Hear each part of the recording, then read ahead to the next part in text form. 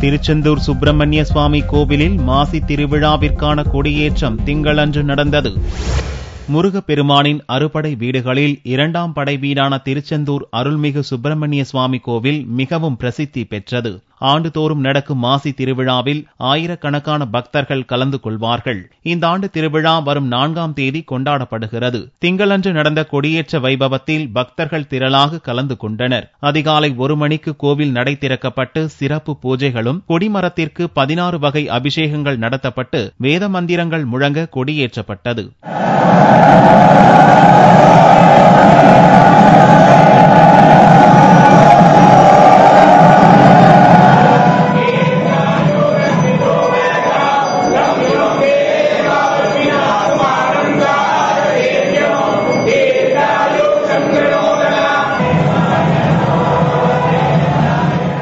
வேத விற்பன்னர்கள் வேத பாராயணமும் திருக்கோவில் ஓதுவார்கள் திருமுறை பாராயணமும் பாட கொடிமரத்திற்கு தீபாராதனை காட்டப்பட்டது.